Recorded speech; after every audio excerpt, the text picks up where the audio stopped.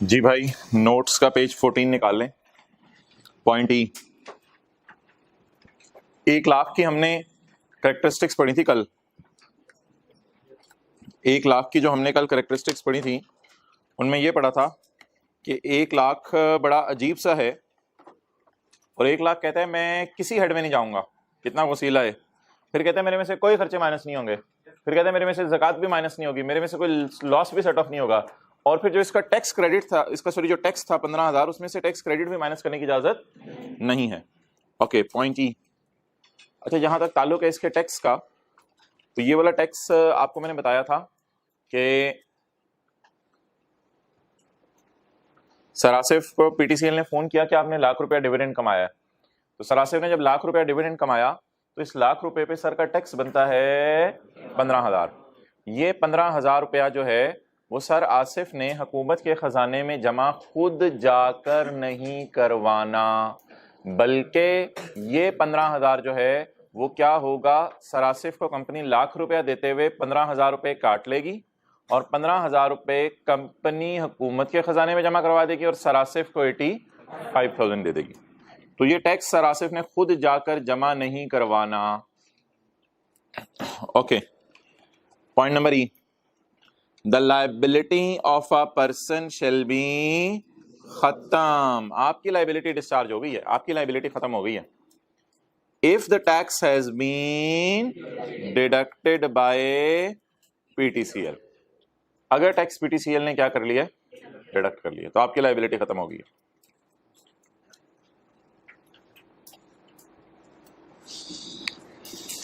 अच्छा, आप हजरात जिस दिन छुट्टी करते हैं ना, आप अपने पाँव पे खुद ही कुल्हाड़ी मारते हैं। और भाई ये सीए ना फुल टाइम का काम है, ये कभी आना कभी ना आना, कभी वीकेंड करीब है घर चले जाना, कभी फिर मंडे को छुट्टी कर लेना, तो फिर सीए मुश्किल हो जाएगा आपसे। ये तो फुल टाइम जो आएंगे रोज़ाना का रोज़ाना काम करेंगे, उनके लिए चीज़ बनी हुई है।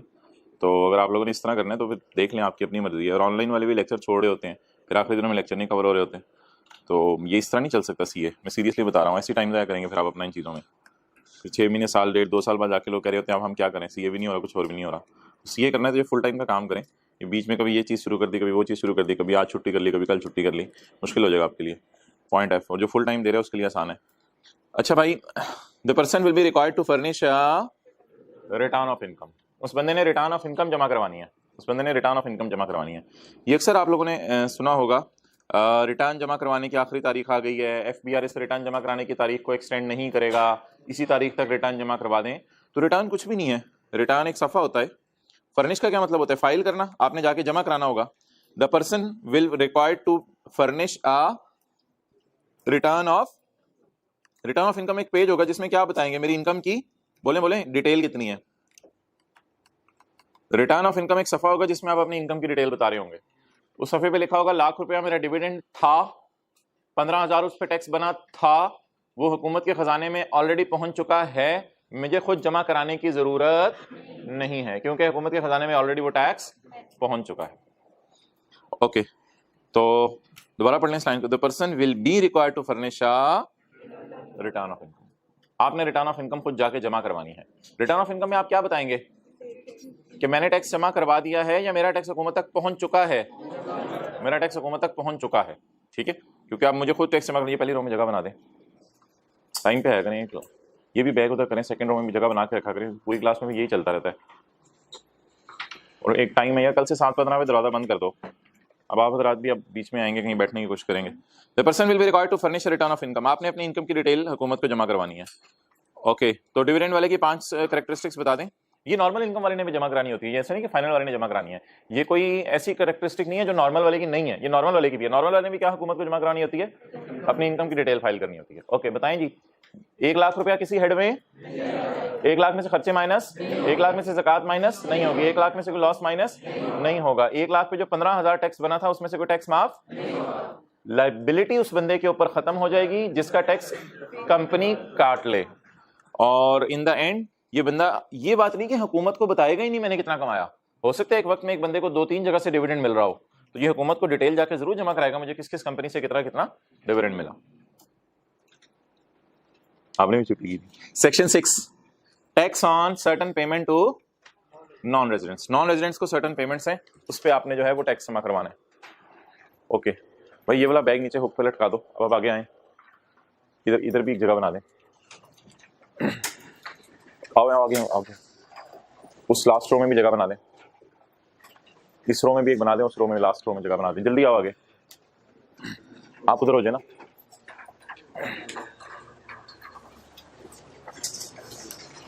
थोड़ा सा और उधर जो देते, ये इधर बैठ जाएगा।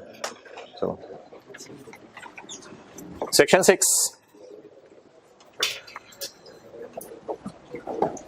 Tax on certain payments to non residents. Abu Bakar Fahim से पता करो कॉपीज हो गई हैं, कब तक ला रहा है? Tax on certain payments to non residents, certain payments to non residents को होनी है, उस पर टैक्स कटेगा। तो ये बड़ा एक सिंपल सा कॉन्सेप्ट है।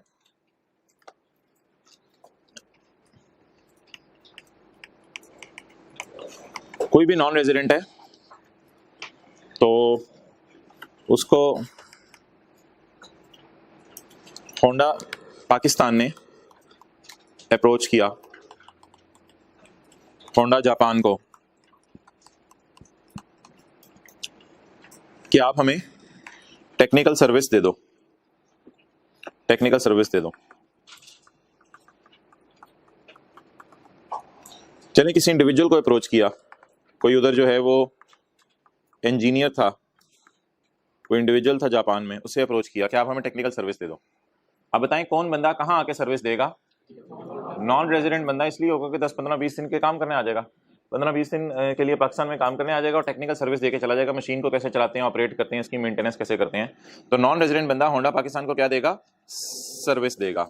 अब नॉन रेजिडेंट बंदा जब सर्विस देगा तो होंडा कार्स ने अगर इससे एग्री किया है कि हम तुम्हें ₹1,00,000 पे करेंगे, तो ये ₹1,00,000 की जगह इसको पे करेंगे 80। लकीली ये रेट भी डिविडेंड जैसा है 15%, तो लाख की बजाय 15,000 काट के 85,000 85,000 पे करेंगे और 15,000 हुकूमत के खजाने में जमा करवा देंगे। तो अब इस इनकम की नेचर क्या है? ये इनकम ना सैलरी है, ना बिजनेस है, ना कैपिटल गेन है, ना अदर सोर्स है। आज फाइनल टैक्स रिजीम की दुनिया में एक और इनकम ऐड कर रहे हैं हम, बल्कि अगर मैं सेफली कहूं ये हमारे सिलेबस की फाइनल टैक्स रिजीम की आखिरी इनकम है। हमारे सिलेबस में फाइनल टैक्स रिजीम में सिर्फ 2 इनकम्स है, एक इनकम हमने डिविडेंड पढ़ी है, एक और मिसाल दी थी वो आउट ऑफ सिलेबस थी एक्सपोर्ट सेल, और एक अगली मिसाल दे रहा हूं, आखिरी मिसाल आज। नॉन रेजिडेंट बंदा, इसने शेयर खरीदे हैं जो इसको डिविडेंड मिल रहा है, ना ना ना ना, खुद आया, इसने आके कुछ मशीन वगैरह चलानी सिखाई है, उसके इसने ₹1,00,000 मांगे हैं, हमने टैक्स काट के उसको कितने पैसे दे दिए हैं? 85,000, 15,000 हुकूमत के खजाने में चले गए। चलें जी इसको पढ़ें। अब टेक्निकल सर्विस कौन देगा? Non resident. पेमेंट कौन करेगा? पाकिस्तान की कंपनी। ये नॉन रेजिडेंट की कहां कमाई गई इनकम है? पाकिस्तान में कमाई गई इनकम है या बाहर के मुल्क में कमाई गई? पाकिस्तान में कमाई गई इनकम। ठीक है मोबाइल वाले भाई, ये नॉन रेजिडेंट की कहां कमाई गई इनकम है? पाकिस्तान में अच्छा पाकिस्तान में कमाई गई इनकम। नोट्स इधर देखो, इधर आ जाए। Section 6, tax on certain payments to non residents. अच्छा, a tax shall be imposed at the rate of 15% on every who receives any Pakistan source fee for, जितना मैंने पढ़ाया है, who receives Pakistan source fee for, Pakistan source का लफ्ज क्यों use कर रहा है? वो बाहर रहते हुए नहीं कमा रहा, पाकिस्तान में कमा रहा है, पाकिस्तान में आके कमा रहा है। Pakistan source fee for technical service, fees उसको किस काम की मिली है? Fee for providing technical service to Pakistani company भी हो सकती है, इंडिविजुअल भी हो सकता है, ओपी भी हो सकती है, any Pakistani, to Pakistani person. लिख लिया आगे, टू पाकिस्तानी पर्सन। आप जी पढ़ लें। ये बात समझाने के लिए होती है या याद भी करनी है? ये बातें ये समझाने के लिए होती है, जो मैंने ब्लैक से अपने मार्कर से लिखी है। टू पाकिस्तानी पर्सन आपने पेपर में याद करनी है और लिखनी है? नहीं, ये सिर्फ समझाने के लिए है, बाकी तो बात याद करनी है। टैक्स शैल बी इम्पोज, याद अभी भी साथ साथ करते हैं वरना आखिरी दिन में टाइम नहीं मिलना। A tax shall be impose at the rate of 15% on every who receives any, Pakistan में कमाई गई fee for technical service to Pakistani person. अच्छा, कुछ लोग ऐसे होते हैं वो पाकिस्तान आते नहीं, वो बाहर रह के ही ऑफ शोर, बाहर रह के ही डिजिटल सर्विसेज देते रहते हैं। तो जैसे आईटी वगैरह की और इस किस्म की सर्विसेज, ऑफ शोर डिजिटल। ऑफ शोर का क्या मतलब है? हाँ, बाहर के मुल्क से हो। तो कुछ लोग बाहर के मुल्क में रह के ही सर्विस देते रहते हैं, डिजिटल सर्विसेज, आईटी की सर्विसेज होती हैं, आईटी सर्विसेज। तो इनके लिए रेट कितने परसेंट है? 5%। इंग्लिश आगे वही आपने याद करनी है, सिर्फ लफ्ज किससे बदल देने, टेक्निकल सर्विस की जगह ऑफशोर डिजिटल सर्विस। अच्छा, रॉयल्टी की भी डेफिनेशन हम आने वाले दिनों में पढ़ेंगे। रॉयल्टी तो ये होगी ना कि एक तो ऑथर वाली भी रॉयल्टी होती है, क्योंकि ऑथर अपनी किताब यूज करने देते हैं दुकानदार को, बेचते हैं और फिर पैसे लेते हैं। एक और भी रॉयल्टी हो सकती है ना, ये होंडा जापान है, असल में तो होंडा का लोगो इसका है, लेकिन जो होंडा पाकिस्तान है, होंडा जापान ने अलाउ कर दिया यूज लोगो का, कि जो एच का साइन है गाड़ी पे लगा हुआ वो तुम लगा लिया करो। तो होंडा पाकिस्तान जब इसको लाख रुपया देगा तो टैक्स काट के 85,000 भेजेगा। कौन किसको रॉयल्टी पे करेगा? होंडा पाकिस्तान, होंडा जापान को रॉयल्टी पे करेगा। और बदले में मिल क्या रहा है होंडा जापान की तरफ से? सिर्फ इजाजत मिल रही है कि तुम लोगों अपने जो मेरे वाला वो यूज कर लिया करो। जाहिर बात है, आपको नाम भी लोग यूज करने के पैसे लेते हैं। पता नहीं इतनी प्रोसेसिंग स्लो की है आपकी, मैंने बात खत्म कर दी, बस 15 सेकंड ले, नोट करें, आगे चलें। देख रहे हो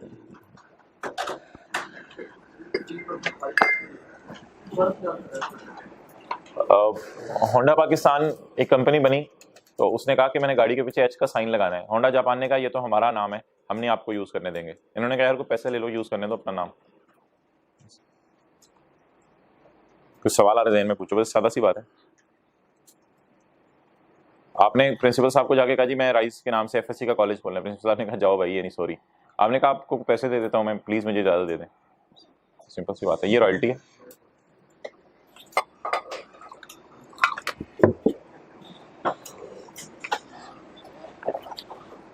बस अब सिर्फ ये देखें इधर से जा क्या रहा है, उधर से आ क्या रहा है। इधर से क्या जा रहा है?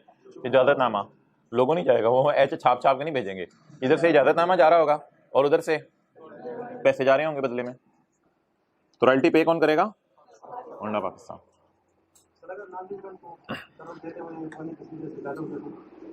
वो तो फिर रेजिडेंट हो जाएगा, उसके लिए सेक्शन नहीं है, वो फिर दूसरा सेक्शन है, वो भी छोड़ो करे हमारे। अच्छा जी, आप पढ़ें जो मैं अंडरलाइन कर रहा हूं। अ tax shall B imposed eight the rate of on every Honda Japan, on every Honda Japan. वो क्या कर रहे हैं? हु रिसीव्स एनी, पाकिस्तान में आके क्या कमा रहे हैं? रॉयल्टी। तो अब तीन बातें होगी ना, अगर रॉयल्टी कमाए होंडा जापान जैसे कमा रहे हैं, या टेक्निकल सर्विस पाकिस्तान में आके दें, तो ऐसी सूरत पे कितने % टैक्स कटेगा? और अगर कोई बाहर के मुल्क से रहते हुए आईटी की सर्विसेज दे दे, तो हम उसे लाख रुपए की बजाय 95,000 भेजेंगे, क्योंकि इस सूरत में टैक्स रेट क्या है? 5%। अगली वही बातें, the rate of tax shall be applied on the, rate किस पे लगेगा? ग्रॉस अमाउंट पे। Mister Ching Chong came to Honda Pakistan during, पहली वाली हमारी example, during 2017 for providing technical services for, इसलिए non resident. The fee charged by him was 2 million. उसने कहा 20 लाख रुपए लूंगा। He incurred the following expenses, उसने हवाई जहाज पे आया, वो रिहाइश की, कीड़े मकोड़े खाए 15,000 रुपए के। तो calculate the net amount to be paid to him by Honda, Honda ने उसको कितने पैसे देने हैं? अच्छा जी, अब आप मुझे बताएं कि ग्रॉस रिसीट कितनी है? 2 मिलियन, 20 लाख रुपया। तो क्या इसको खर्चे माइनस करने की इजाजत है? तो 2 मिलियन पे कितने % टैक्स कटेगा? 15%। तो लाख रुपए की बजाय अगर 85,000 भेजते हैं, तो 20 लाख की बजाय 17 लाख उसको भेजा जाएगा। तो इसका मतलब है इनको हम काट देते हैं, ये पेपर में इग्नोर करने हैं। जिस तरह डिविडेंड में कल एक एग्जांपल दी थी, खर्चे इग्नोर करने हैं, तो बोले खर्चे माइनस करके रेट लगेगा या खर्चे माइनस किए बगैर? खर्चे माइनस किए बगैर। व्हाट इज ग्रॉस अमाउंट जिसको हाईलाइट करना है? 2 मिलियन। जो फीस उससे एग्री हुई, फीस क्या एग्री हुई थी उससे? आजा तू पाकिस्तान, तेरे वारे न्यारे कर देंगे, तुझे 20 लाख दे देंगे। जब वो जाने लगा तो हम वारे तो नहीं कर सके, न्यारे कर दिए, 17 लाख दिए उसको। वो रोने लग गया, यार ये क्या हो रहा है मेरे साथ, तुम लोग पाकिस्तानी 20 लाख कह के 17 लाख देते हो। तो उन्होंने कहा नहीं भाई, इमरान खान भी तो है ना यार, ये तो नहीं 20 लाख कह के तुझे 17 लाख दे रहे हैं, तो इधर का पैसे आके कमा रहा है तो टैक्स भी तो देके जा। तो अगेन इसको भी खर्चे माइनस करने की इजाजत नहीं है, जिस तरह कल डिविडेंड में पढ़ा था। The tax of rate shell be applied on the gross amount. Tax किस पे लगाया जाएगा जी? 2 मिलियन के ऊपर लगाया जाएगा। ओके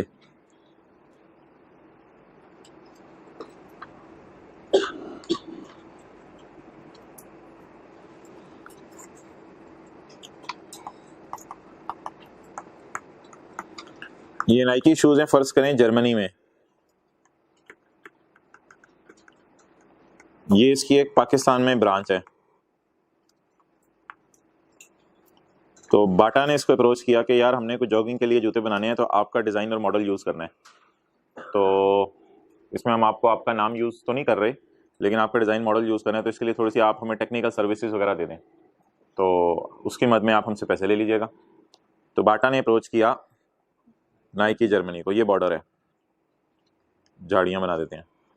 तो बाटा ने अप्रोच किया जर्मनी को, जर्मनी ने कहा भाईजान इधर चले जाएं, हमारी ब्रांच है पाकिस्तान में, पाकिस्तान में जो ब्रांच है नाइकी की, आप इधर चले जाएं, आपको क्या हमारे पास इतना बारों बार आ रहे हैं, आप अंदर अंदर आपका काम हो रहा है, आप कराची में बैठे हैं, लाहौर में चले जाएं, लाहौर में हमारी ब्रांच है, उनसे जाके आप कहें, वो आपका काम कर देंगे।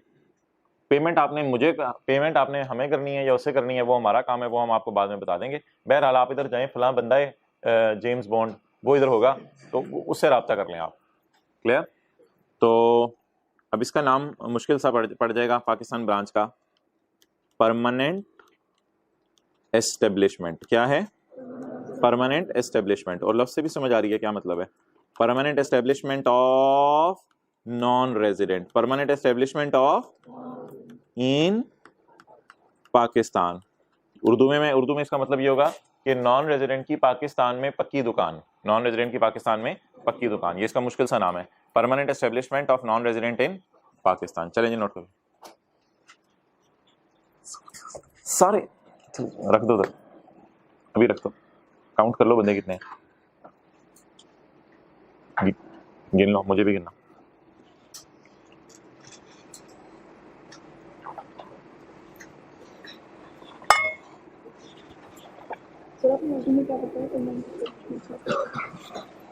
नॉन रेजिडेंट की पाकिस्तान में पक्की दुकान, परमानेंट एस्टेब्लिशमेंट।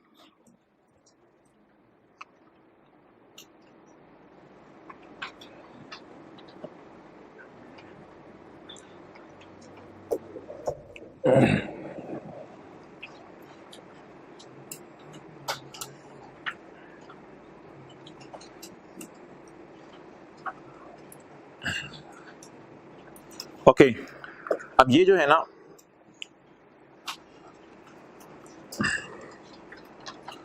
यहां 15% टैक्स नहीं लगेगा, यहां 15% टैक्स नहीं लगेगा, जितनी है, अच्छा जितनी शॉर्ट है ले आओ, ज्यादा ले आओ शक, यहां 15% टैक्स नहीं लगेगा, क्योंकि असल में ना 15% टैक्स उधर हम इसलिए भी लगाते थे, अक्सर ये लोग भाग जाते थे, बाहर से आते थे, तो इधर तो भागने का डर ही नहीं, इधर तो ये दुकान पाकिस्तान में इनकी बनी हुई है, तो इधर 15% टैक्स, अगर 15% टैक्स नहीं लगेगा तो क्या लगेगा? टेबल 1 या 2, बल्कि नाइकी की ब्रांच है, इन्होंने सैलरी का कमा रहे होंगे, कंपनी से नहीं सैलरी कमाती, तो ये टेबल फिर 1 या 2 में से 1 नहीं लगेगा, 2 सैलरी ज्यादा होती है। सैलरी कहाँ कमाते हैं आपको पता है? कंपनी से नहीं सैलरी कमाती। पीटीसीएल कहेगी मैं सैलरीज कमा रही हूँ, भाई तो सैलरीज देता है, सैलरी कमाता नहीं है। सैलरी तो कौन कमा सकता है? इंडिविजुअल कमा सकता है सिर्फ। एओपी और कंपनी तनख्वाह कमा सकती है? कभी पीटीसीएल ने कहा मैं नौकरी करने जा रही हूँ? तो कंपनीज तो आमतौर पर टेबल 1 नहीं लगाती हैं, लेकिन कंपनीज के लिए अगर ये प्रॉपर कंपनी रजिस्टर्ड है फिर तो इसके ऊपर टैक्स रेट डिफरेंट है, वो जो पता नहीं टैक्स रेट 29% था कंपनी का, शायद याद आ रहा है। तो बहरहाल ये अल्लाह का शुक्र है, ये सारी चीजें हमारे सिलेबस से बाहर है, परमानेंट एस्टेब्लिशमेंट की टैक्सेशन हमारे सिलेबस में नहीं है, लेकिन थ्योरी की हद तक बात समझनी है। और मजे की बात सुने, अगर ये ऑब्वियसली कंपनी होगी ना तो फिर तो टेबल 1 और 2 भी नहीं लगेगा, फिर तो आपको पता है कंपनी का टैक्स रेट कितने परसेंट था? 29% है। ठीक है, तो इसको मैं ऐसे कर देता हूं कि फिर फाइनल टैक्स रिजीम में इनकम नहीं गिरेगी, फिर आपकी इनकम कहां गिर जाएगी? नॉर्मल टैक्स रिजीम में। और एक और मजे की बात सुन लें, लॉ मेकर यहां तक कहने में चला गया कि ये पाकिस्तान की पक्की दुकान की इनकम फ्रॉम बिजनेस है। हालांकि आप कह सकते हैं ये इसका कारोबार तो नहीं है, सर्विसेज देना, लेकिन बस जो चीज लॉ मेकर वाजे तौर पे कहते हैं फिर हमने उसी हेड में डालनी होती है। तो बता दें, अब जब ये इनकम फ्रॉम बिजनेस हो गई तो ये कौन सी दुनिया में चली गई? नॉर्मल दुनिया में चली गई, या ये उसी दुनिया में रही, नॉर्मल की दुनिया में चली गई? एक मिनट,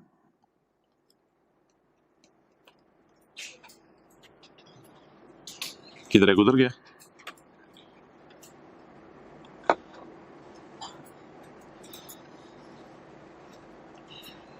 अच्छा जी, अगर नॉन रेजिडेंट की कोई पक्की दुकान नहीं है, जैसे कि अभी से 5 मिनट पहले हमारी बातें हो रही थी, अगर नॉन रेजिडेंट की कोई पक्की दुकान नहीं है तो उसकी इनकम, पॉइंट नंबर 3 अगर मैं बनाऊं सेक्शन नंबर 6, तो उसकी इनकम यहां फॉल करेगी।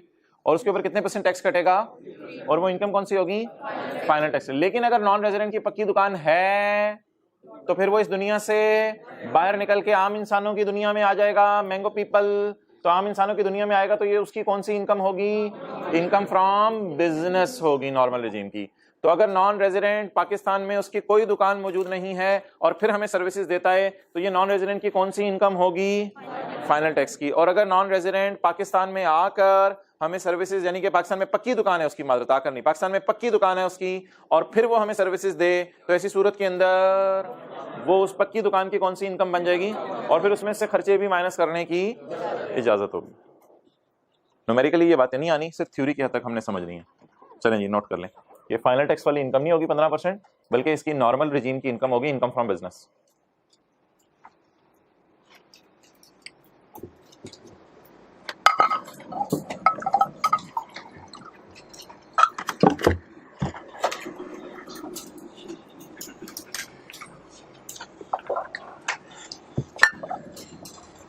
ओके जी, पढ़ें।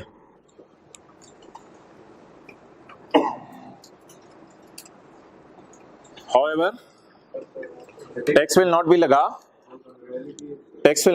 at the rate of 15% वाला टैक्स नहीं लगेगा। कब, on royalty on if the related property से मुराद यहां वो लोगो या साइन होगा अगर पाकिस्तान में उनकी कोई ब्रांच है। इफ द रिलेटेड प्रॉपर्टी, जिसकी मद में रॉयल्टी दी जा रही है, प्रॉपर्टी क्या थी, लोगो इंटेंजिबल एक नाम था। If the property is connected with a पक्की दुकान in Pakistan of, similarly fee for technical service और fee for, if the services are provided by a पक्की दुकान in Pakistan of non resident person. अच्छा जी, ये बात तो दोनों में कॉमन है।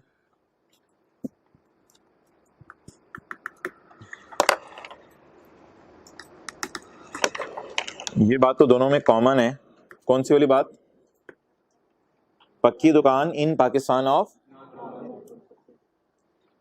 पक्की दुकान इन पाकिस्तान ऑफ, ये बात दोनों में क्या है, कॉमन है। अगली बात क्या है, पहले में लफ्ज क्या लिखा हुआ है, रॉयल्टी, और दूसरे में, अच्छा जी,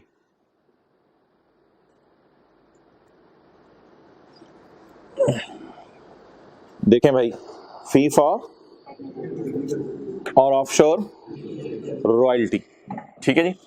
तो ये बात तो आसान है, आपको याद करने की जरूरत नहीं। बोले पक्की दुकान इन पाकिस्तान ऑफ, पक्की दुकान इन पाकिस्तान ऑफ, उधर कौन सा लफ्ज है, इधर है fee for technical service, fee for, अब जो मैंने अंडरलाइन नहीं किया बस वो समझ ले, if the services are provided by, बोले,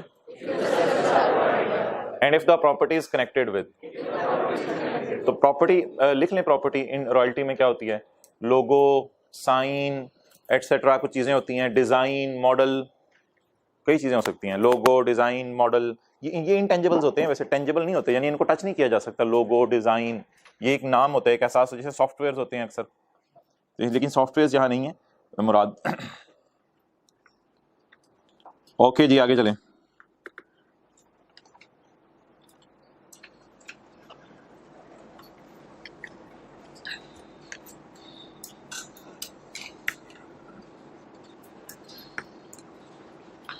However, tax will not be लगा on royalty और fee for, that is, अगर रॉयल्टी या फी फॉर टेक्निकल सर्विस एग्जेम्प्ट है टैक्स से तो भी आपने 15%, ये तो ऑब्वियस सी बात है, ये तो कल भी आपसे बात की थी। ये तो कुछ लोग पाकिस्तान में आते थे, हुकूमत कहती थी जाओ जाओ यार तुम्हारे पे कोई टैक्स नहीं है, तो कोई मिसाल के तौर पे जानने वाले मुल्क से आ गया, कोई अफगानिस्तान से आ गया, तो हुकूमत ने कहा जाओ यार टेक्निकल सर्विस दो, लाख रुपये, पूरा लाख ले जाओ, जा यार परेशान ना हो, रिलैक्स कर।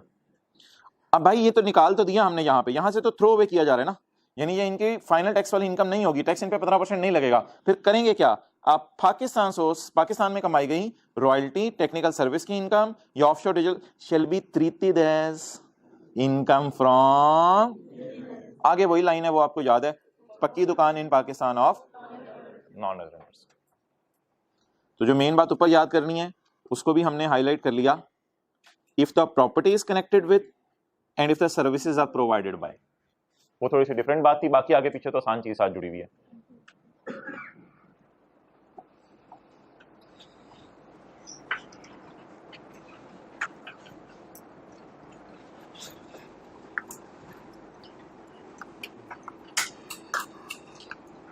एहसास से नदामत हो रहे हैं अंदर ही अंदर कि पहला चैप्टर खत्म हो गया और मैंने सोचा था साथ साथ याद करना इस दफा, तो साथ साथ मैं उन लोगों की बात नहीं कर रहा, मैं जो माशाल्लाह इधर 70-80 बच्चे साथ साथ याद करें उनकी बात नहीं कर रहा, मैं 15-20 की बात कर रहा हूँ। हो रहे कोई एहसास से नदामत साथ साथ? किस किस को हो रहा है? हाथ खड़ा करें। 15-20। अच्छा, आपने हाथ नहीं खड़ा किया, आप खड़े हो, आप खड़े हो जी। Recouped expenditure, recouped expenditure. इस बार पेपर उर्दू में नहीं आना, इंग्लिश में आना। मेरी बात हुई थी कल ही आई कैप से, कह रहे इंग्लिश में आएगा सब पेपर।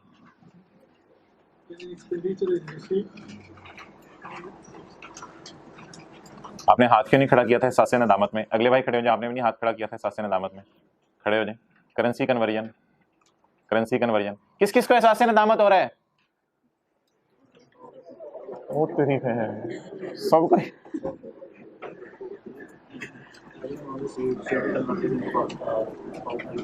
नहीं, every amount receive shall be converted into Pak rupees, बिल्कुल गलत बात है। पहले आप बताएंगे एवरी अमाउंट रिकॉर्डेड या taken into account in this ordinance shall be in Pak rupees, पहले ये बताएंगे, फिर बताएंगे if an amount is in a currency other than Pak rupees.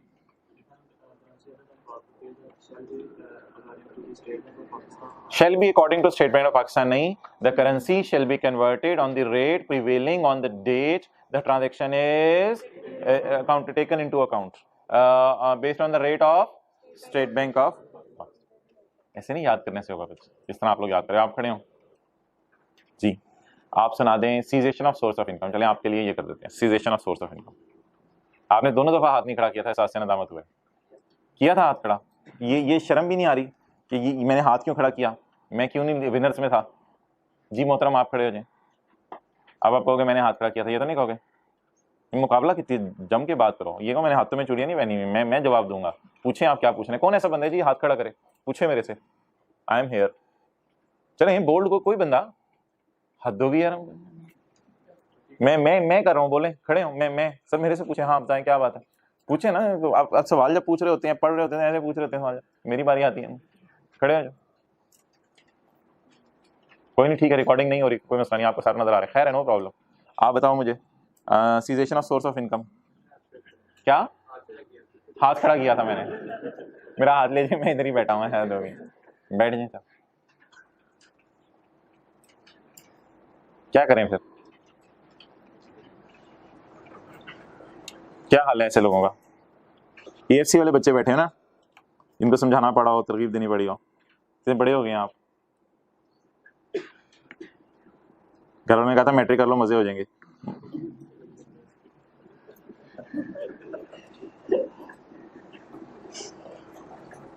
Okay, page 14, general provisions relating to tax imposed under section 6।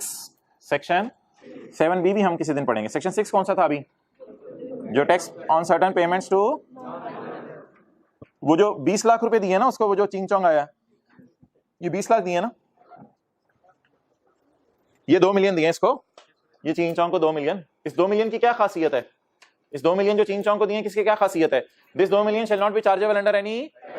मैं ये बात नहीं कर रहा कि चिंग चोंग की कोई परमानेंट एस्टेब्लिशमेंट थी, प्लीज उससे मिक्स नहीं करना, मैं पहली बात की तरफ आ गया हूं।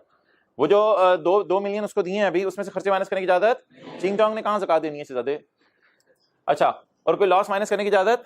और जो 2 मिलियन के ऊपर टैक्स कट गया 3 लाख रुपया, इसमें से कोई डिस्काउंट भी माइनस नहीं हो सकता। और चिंग चोंग ने क्या कहते हैं, टैक्स जमा नहीं करवाना, उसकी लायबिलिटी। हाँ, चिंग चोंग चाहे जहां मर्जी चाइना वापस चला जाए, जहां से आया वहां वापस चला जाए, साल के एंड पे FBR की वेबसाइट पे आके अपनी इनकम की डिटेल जमा कराएगा। हाँ, नहीं कराते ये लोग, इनकी अपना डिसीजन है, वो मुझे ना बताइएगा, बस जमा कराना जरूरी है। ये साल के एंड पे हुकूमत को अपनी डिटेल जमा कराएगा कि मैं पाकिस्तान आया था, पाकिस्तान में आके मैंने 2 मिलियन कमाया था और उससे मेरा 3 लाख टैक्स बना था, वो मेरा हुकूमत तक ऑलरेडी पहुंच चुका है। कल कौन ये चैलेंज एक्सेप्ट करता है कि मैं याद करके आऊंगा? मेरे से जो मर्जी पूछ लीजिएगा, 1 2 3 4 5 6 7 8 9 10 11 12 13। अच्छा, आज ही कबूल करते हैं? ओह माशाल्लाह, जबरदस्त, खड़े हो जाए। Rules to prevent double derivation and double deduction. The tax, if a tax is paid on a, if a tax is paid on a receipt basis, the tax will not. If tax is paid on an income or receivable basis, the tax will not be again paid. If tax will not paid on income when income is received on receipt and basis. vice versa. Likely, Likewise, if tax is paid on payable basis, the tax will not be paid again when the amount is paid. हाँ बैठ जाए माशाल्लाह। चलें जी, अच्छा भैया आप आए page number 15 पे, पेज नंबर 15 पे।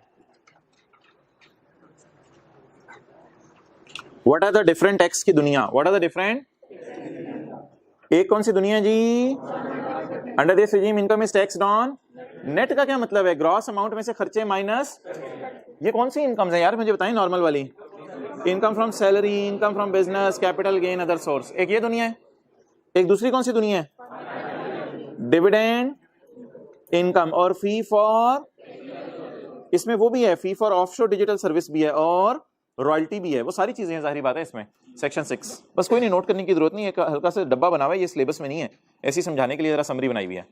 और प्रॉफिट ऑन डेट यार छोड़ दें, ये इंशाल्लाह भी पढ़ेंगे कभी। मिनिमम टैक्स रिजीम भी कोई दुनिया है, पता नहीं कौन सी दुनिया है, सेपरेट ब्लॉक भी कोई दुनिया है, पता नहीं कौन सी दुनिया है, तो ये डिफरेंट टैक्स जमा कराने की दुनिया है। इसमें से एक रिजीम कौन सी है जी, नॉर्मल, इसमें टेबल 1 और 2 लगता है। एक दुनिया कौन सी है, अभी ये समझ नहीं आएगी, एक दुनिया कौन सी है, फाइनल टैक्स रिजीम में टैक्स किस पे लगता है, dividend income, fee for technical service earned by non resident and royalty and वो बला बला, क्लियर।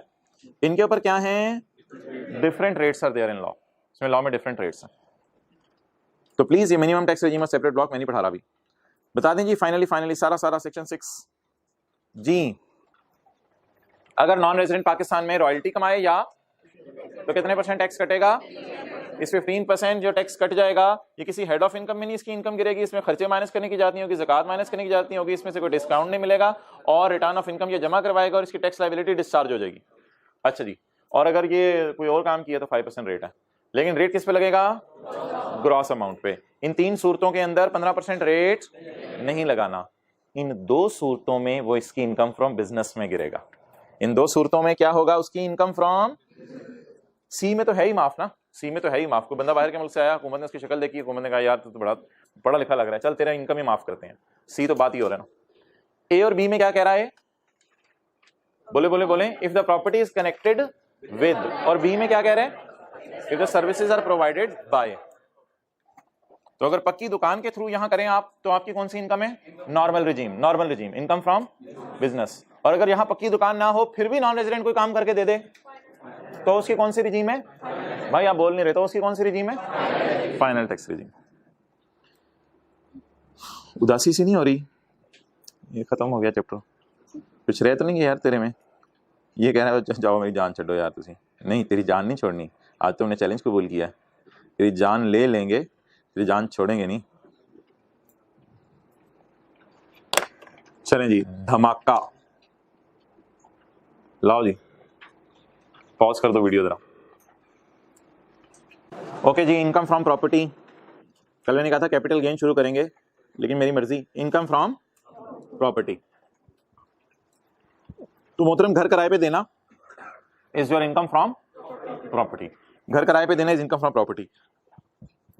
इसमें मिसाल के तौर पे एक साहब कहते हैं ऑनलाइन जो क्लासों का डिसीजन ले चुके हैं ना, उन्होंने पता नहीं सीए फाइनल में भी उनको आदत पड़ जानी है ऑनलाइन क्लासों की, तो प्रिंटर ले ही लें, बस बहुत हो गई अब, मोबाइल बेचें, मोबाइल सस्ता वाला लें और बाकी जो पैसे बचे हैं उससे प्रिंटर ले लें। अच्छा भाई, ये मिसाल के तौर पे साल है 2010 का, तो इसमें जो रेंट है वो 8 महीने का रेंट रिसीव हुआ, 8 महीने का रेंट क्या हुआ जी, रिसीव हुआ 8 लाख, और 4 महीने का रेंट क्या है, रिसीवेबल है। 4 महीने का रेंट क्या है, आप बताएं, 12 लाख पे टैक्स, यानी कि आखिरी 4 महीने में किराएदार ने कहा यार मेरे को मसले मसाइल चल रहे हैं, मैं इंशाल्लाह दे दूंगा आपको पैसे। तो बताएं जी, अगर आपने घर किराए पे दिया और किराएदार ने कितने महीने का किराया दे दिया, 8 महीने का 8 लाख रुपया महीने का किराया था, और किराएदार ने कितने महीने का किराया देने का वादा कर लिया, लेकिन 12 महीने उसने घर यूज किया, 12 महीने उसने घर। अब मुझे पहली लाइन पढ़ के बता दें इनकम में कितना जाएगा, 12 लाख। क्यों, क्या लिखा हुआ है, खाली रिसीव्ड वाला इनकम होगा या रिसीवेबल भी, तो what is your income from property. मादर थोड़ा नीट नोट नहीं हुआ, मैं आइंदा नीट नोट करूंगा, अभी नोट करें आप, मैं साथ साथ डिक्टेट करता हूं।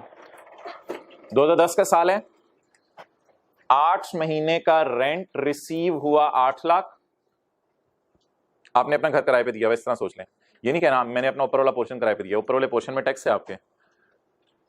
अच्छा, और 4 महीने का किराया बोले रिसीवेबल है, 8 महीने का किराया रिसीव हो गया और 4 महीने का किराया रिसीवेबल है। इनकम में कितना जाएगा, 8 लाख या पूरा 12 lakh? 12 lakh is your income from property. ये रिसीव का लफ्ज लिखा हुआ है, ये रिसीवेबल का।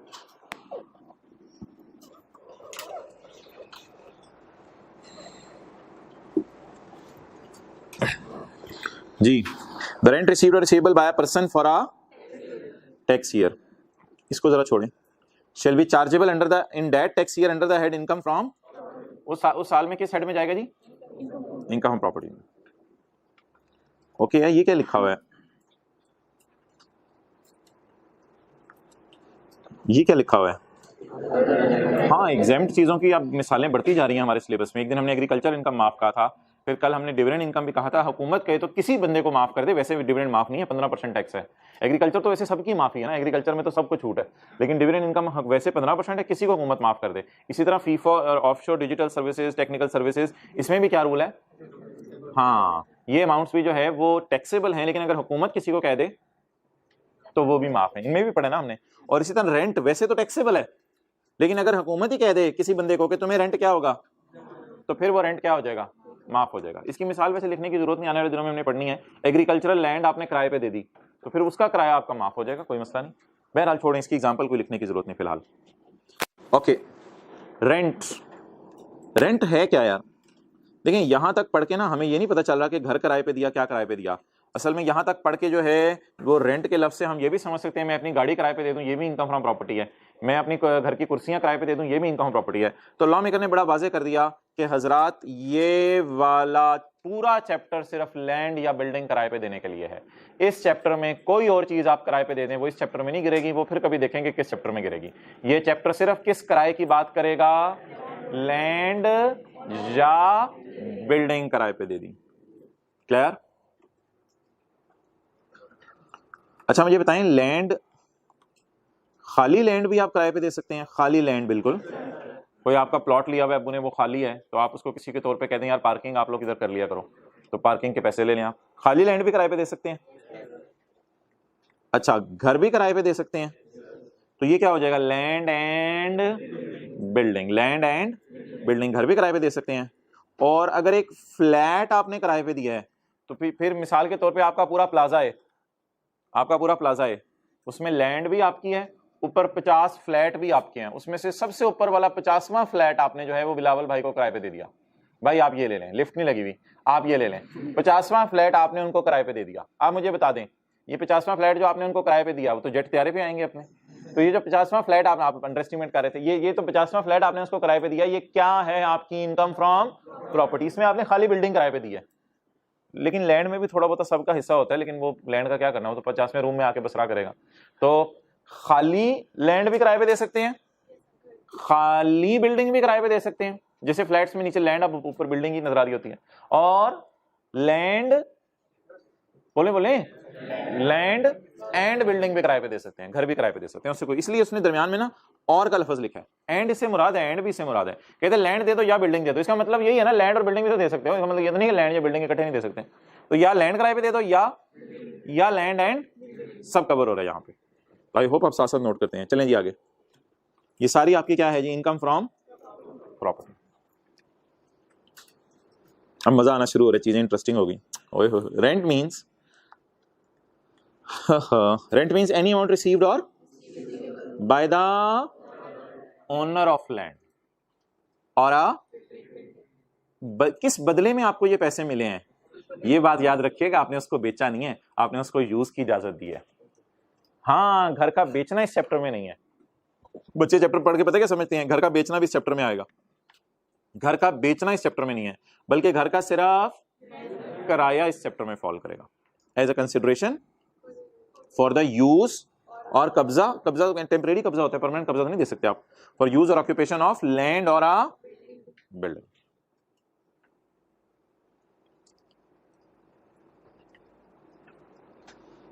ओके,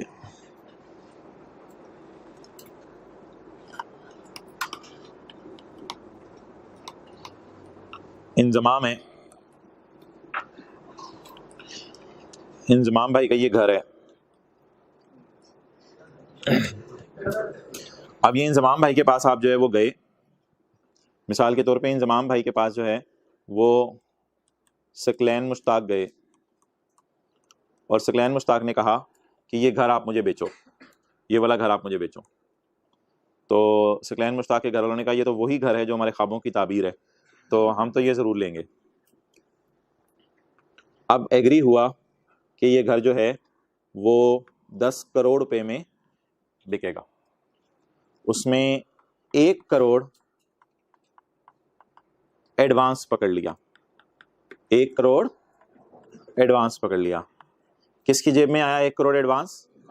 इंजमाम की जेब में। सकलैन मुश्ताक क्या है? बायर। इंजमाम भाई क्या है? सेलर। इनकी जेब में कितना पड़ा है इस वक्त? 1 करोड़। किस मद में? एडवांस के बाद में। और 9 करोड़ बाद में, महीने 1.5-2 में आ जाएगा।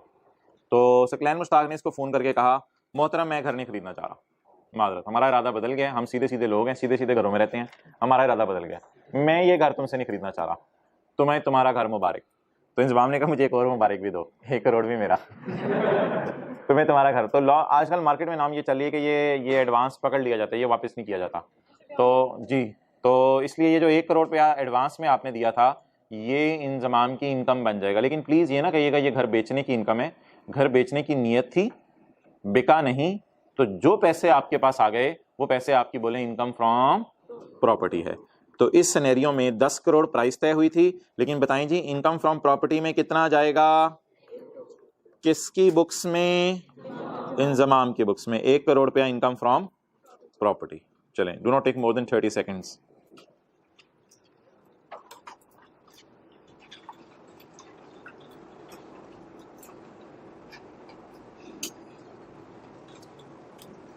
तो बायर को बिल्कुल ये अलग कर देते हैं ना, ताकि हमारे सामने डेटा ही सारा सेलर का हो।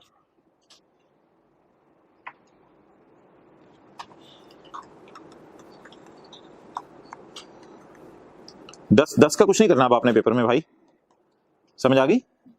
10 का कुछ नहीं करना। 10 आना था या आ गया? आना था। उस 10 में से भी बल्कि 9 आना था, तो जितना आया वो इनकम में जाएगा।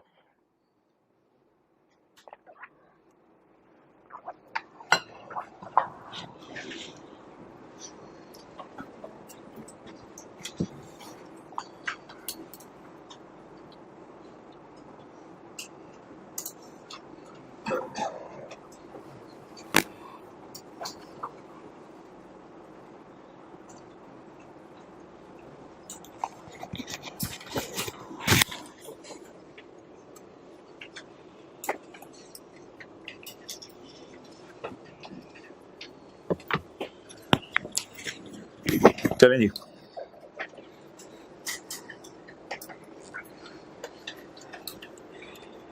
फोरफिटेड डिपॉजिट, इसको आप फोरफिटेड डिपॉजिट को इनिशियल डिपॉजिट भी कह सकते हैं अपने समझने के लिए, इनिशियल डिपॉजिट भी कह सकते हैं, एडवांस भी कह सकते हैं, बयाना भी कह सकते हैं, जो भी आप कहें।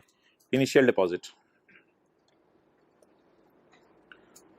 इनिशियल डिपॉजिट पेड फोरफिटेड, इसका असल में नाम रखा हुआ लॉ में करने। फोरफिट होता है छुड़वाना पैसे। तो अब आप उसको 1 करोड़ रुपया छुड़वा लेंगे उससे, वो कहेगा मेरे वापस करो, आप छुड़वा लेंगे, आप कहेंगे नहीं नहीं यार ये मेरे ही हैं बस। तो फोरफिट के लफ्ज़ के डीप डाउन जाने की जरूरत नहीं, बस लफ्ज़ याद रख लें, फोरफिट का लफ्ज़ याद रखें, लेकिन जहन में क्या कॉन्सेप्ट हो बोले? Initial deposit paid under a contract for sale of, initial any forfeited deposit paid by Saqlain, paid by under a contract for sale of land or building is income of Inzamam. Note नहीं करे, मुझे लगता है आप लोग mood में नहीं आज। Is income of Inzamam. जिसने इज इनकम ऑफ इंजमाम नहीं लिखा था मुझे बताएं वो कौन है इधर बैठा हुआ, इशारा करते हैं ऐसे पीछे से उसके सर की तरफ। Any free deposit paid under a contract for the sale of land or a building is income of Inzamam. Inzamam कौन था? ठीक है, ओरिजिनल ओनर था घर का, ओनर अभी भी वैसे यही है, तो खाली ओनर भी लिख सकता हूँ, ओनर यही है, पहले भी यही था अब भी यही है, क्योंकि घर तो बिका ही नहीं। अच्छा इधर क्या लिखा हुआ है यार? ये माहिदा लैंड का भी हो सकता है, बिल्डिंग का भी हो सकता है, घर का भी हो सकता है, जैसे भी कर लें। ओके,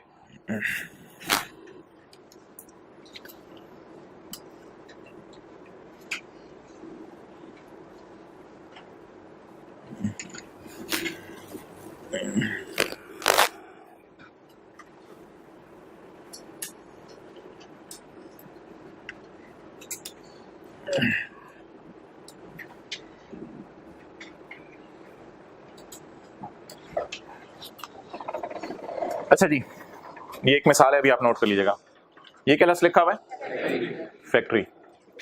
फैक्ट्री में क्या पड़ी होगी और क्या होगी? Building. You will receive rent, आपने क्या किराए पे दे दी?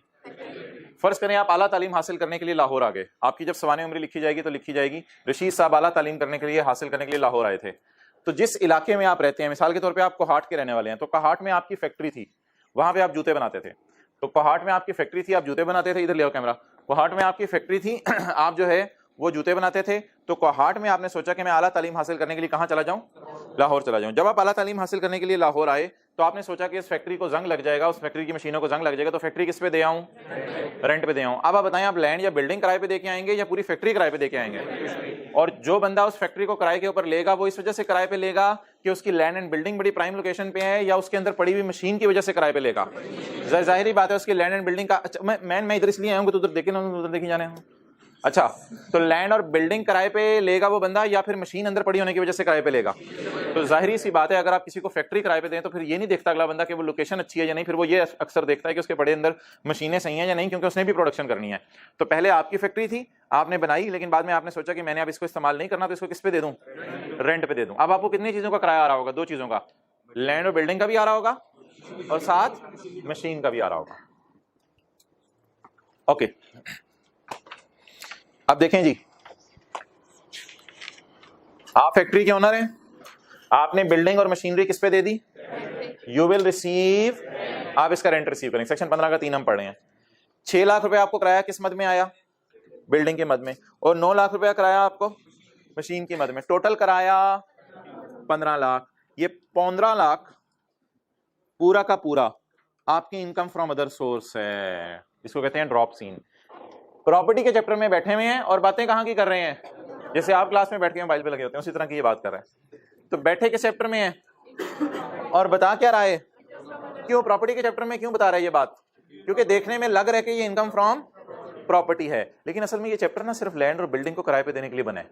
इसलिए यहाँ पे बैक एंड पे जिस बंदे ने किराया दिया ना, उसके जहन में ये था कि मैं किसका किराया दे रहा हूँ? पूरी फैक्ट्री का किराया दे रहा हूँ।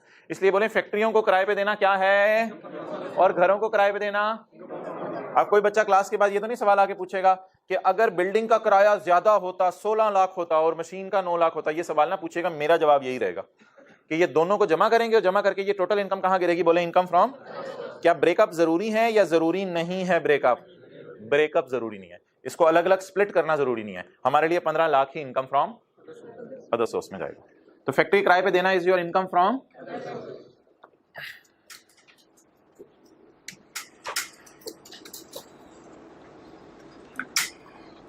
Do not take more than 1 minute.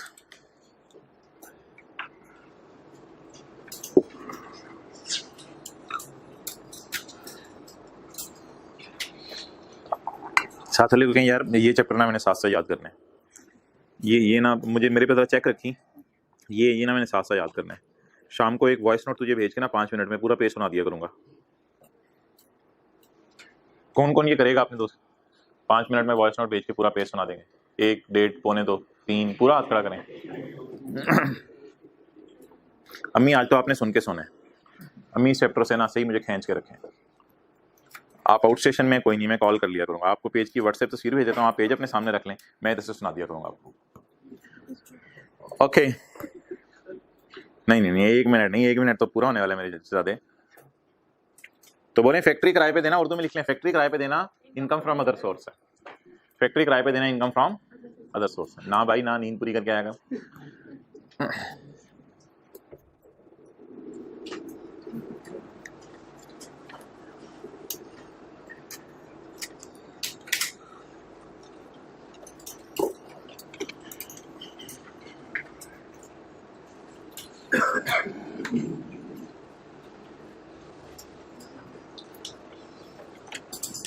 चलें जी पढ़ें।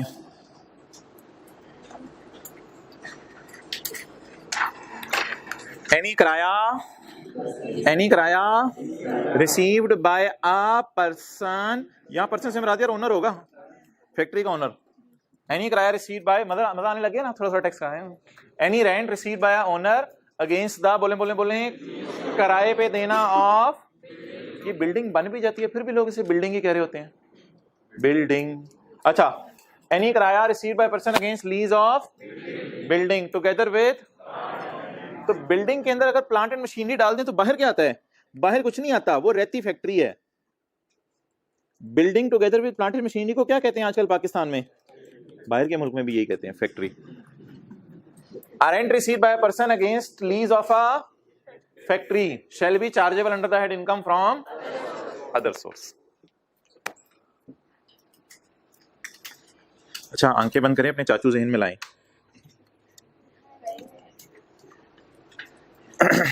अब्बू के दो ज़हन में ले आए। अच्छा जी,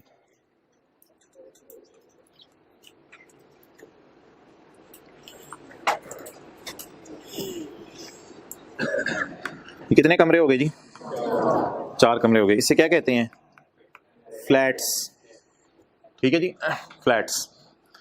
इसमें ये जो रूम है, कौन सा रूम नंबर 4, ये जो रूम नंबर 4 है, इसका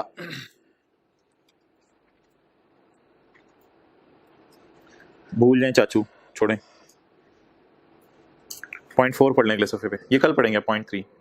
चाचू की बात फिर फैल जाएगी, बढ़ जाएगी। 0.4 भाई इतने भी सफ़े आगे नहीं जाना। 0.4, मुझे ये बताएं कि घर में आपने घर किराए पे दिया, मिसाल के तौर पे अपना, उस घर का किराया आपने किराएदार से तय किया ₹1,00,000, लेकिन मार्केट में किराया चल रहा है 1,10,000, लेकिन आपने उसे कहा चल ये ले ले। समझ आ गई बात? तो इनकम में क्या ऐड होगा, लाख या 1,10,000? पढ़ के बताएं, पढ़ के बताएं। The following amount of rent will be added in the higher of, actual rent कितना आपने उससे मांगा? 1,00,000, लेकिन मार्केट में कितना किराया चल रहा है, तो इनकम में कितना ऐड होगा? 1,10,000, दोनों में से जो हायर है। अच्छा, आपका ये तो आपका शायद कोई दोस्त हो जिसे आपने 1,10,000 वाले घर वाला किराया कितने पे दे दिया? 1,00,000 में। या आपका कोई जानने वाला हो, आपने जरा उससे थोड़ा रिलैक्स कर दिया, लेकिन हुकूमत कह रही है आप इनकम में कितना डालो? 1,10,000। अच्छा, आपका कोई दुश्मन आया, उसने कहा घर किराए पे दे दो, उसे बड़ी जरूरत थी, मजबूरी थी, घर उस इलाके में एक ही खाली था। आपने कहा 1,25,000 कर दूंगा तेरे लिए, लोगों के लिए 1,10,000, तेरे लिए 1,25,000। अब आप बताएं जी, मार्केट में कितना किराया चल रहा है? आपने उससे कितना लिया? 1,25,000। मुझे बताएं एक्चुअल रेंट कितना लिया आपने? 1,25,000। मार्केट में कितना चल रहा है? दोनों में से हायर क्या है? 1,25,000। तो लॉ मेकर काफी तेज निकला। इनकम में कौन सी अमाउंट ऐड करने को कह रहा है? लोअर वाली, या ना एक्चुअल ऐड करनी है ना फेयर वैल्यू, बल्कि दोनों पेपर में सामने गिवन होंगी, दोनों में से हायर ऐड करना है। ठीक है, क्लोज कर दें। भाई मैंने लैपटॉप बंद किया, तूने नोट्स अंदर रख लिए हैं।